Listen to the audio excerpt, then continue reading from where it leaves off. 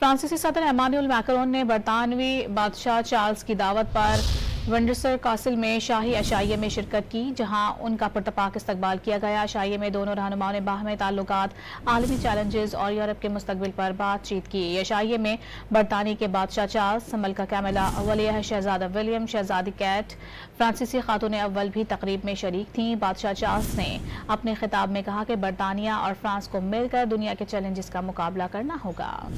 फ्रांसीसी सदर Emmanuel Macron ने बरतानवी बादशाह चार्ल्स की दावत पर विंडसर कासिल में शाही अशाइये में शिरकत की, जहां उनका पुरतपाक इस्तकबाल किया गया। अशाइये में दोनों रहनुमाओं ने बाहमी ताल्लुकात, आलमी चैलेंजेस और यूरोप के मुस्तकबिल पर बातचीत की। अशाइये में बरतानी के बादशाह चार्ल्स, मलका कैमिला, वलियह शहजादा विलियम, शहजादी कैट, फ्रांसीसी खातून अव्वल भी तकरीब में शरीक थीं। बादशाह चार्ल्स ने अपने खिताब में कहा कि बरतानिया और फ्रांस को मिलकर दुनिया के चैलेंजेस का मुकाबला करना होगा।